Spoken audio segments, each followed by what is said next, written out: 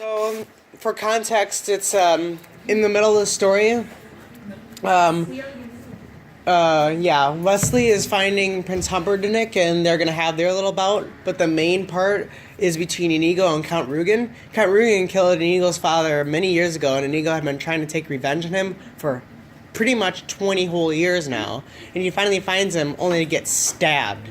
So we're gonna lead off in there. What, Emma? Does he have 6 fingers like he does in the movie? Yeah, Count Rugen does. Alright, here we go. Prince Humperdinck dove for his weapons, and a sword flashed in his thick hands. "To the death," he said, advancing. Wesley gave a soft shake of his head. "No," he corrected.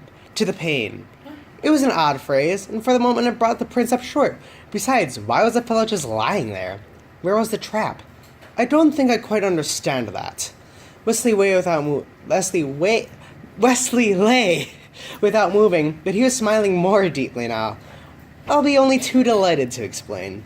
It was 5:50 now, 25 minutes of safety left. They were 5. He did not know that. How could he know that? Slowly, carefully, he began to talk. Inigo was talking too. It was still 5:42 when he whispered, "I'm sorry, father." Count Rugen heard the words, but nothing really connected until he saw the sword still held in Inigo's hand. "You're that little Spanish brat I taught a lesson to," he said, coming closer now, examining the scars. "It's simply incredible. Have you been chasing me all these years only to fail now? I think that's the worst thing I ever heard of. How marvelous." Inigo could say nothing. The blood fauceted from his stomach. Count Rugen drew his sword. "Sorry, father. I'm sorry." "I don't want your sorry. My name is Domingo Montoya, and I died for that sword, and you could keep your sorry. If you were gonna fail, why didn't you die years ago and let me rest in peace?" And then MacPherson was after him too. "Spaniards! I never should have tried to teach a Spaniard. They're dumb. They forget. What do you do with a wound? How many times did I teach you? What do you do with a wound?" "Cover it," Inigo said, and he pulled the knife from his body and stuffed his left fist into the bleeding. Inigo's eyes began to focus again. Not well, not perfectly, but enough to see the Count's blade as it approached his heart. Inigo couldn't do much with the attack, parry it vaguely, pushed the point of his blade into his left shoulder, where it did no unendurable harm. Count Rugen was a bit surprised that his point had been deflected, but there was nothing wrong with piercing a helpless man's shoulder. There was no hurry when you had him. MacPherson was screaming again. "Spaniards! Give me a Pollock any time! At least the Pollocks remember to use the wall when they have one. Only the Spaniards will forget to use a wall." Slowly, inch by inch, Inigo forced his body up the wall, using his legs just for pushing, letting the wall do all the supporting that was necessary. Count Rugen struck again, but for any number of reasons, most probably because he had expected the other man's movement, he missed the heart and had to be content with driving his blade through the Spaniard's left arm. Inigo didn't mind. He didn't even feel it. His right arm was where his interest lay, and he squeezed the handle, and there was strength in his hand, enough to flick out of the enemy, and Count Rugen hadn't expected that either, so he gave a little involuntary cry and took a step back to reassess the situation. Power was flowing out through Inigo's heart, into his right shoulder, and down from his shoulder into his fingers, and then into the great 6-fingered sword, and he pushed off the wall then, with a whispered, "Hello, my name is Inigo Montoya. You killed my father. Prepare to die." And they crossed swords. The Count went for the quick kill, the inverse Bonetti.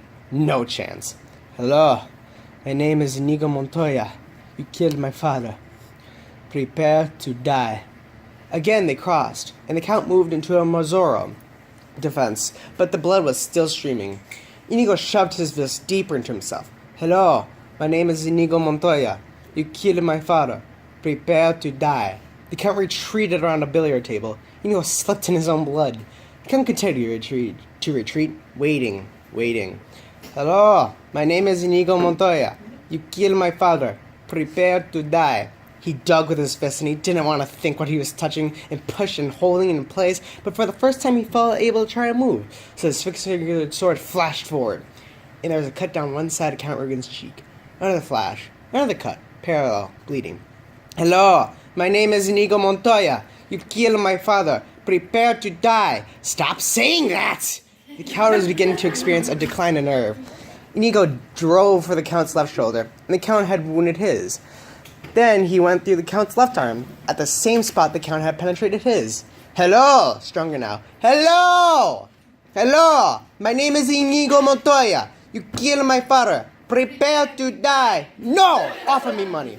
Everything, the Count said. Power to. Promise me that. All I have and more. Please, offer me anything I ask for. Yes, yes, say it. I want Domingo Montoya, you son of a bitch. And then the six-fingered sword flashed again. The Count screamed. That was just to the left of your heart. Inigo struck again. Another scream. That was below your heart. Can you guess what I'm doing? Cutting my heart out. You took mine when I was 10. I want yours now. We are lovers of justice, you and I. What could be more just than that? The Count screamed one final time and then fell dead of fear. Inigo looked down at him. The Count's frozen face was petrified and ashen, and the blood still poured down the parallel cuts. His eyes were bulged wide, full of horror and pain. It was glorious, if you'd like that kind of thing. Inigo loved it.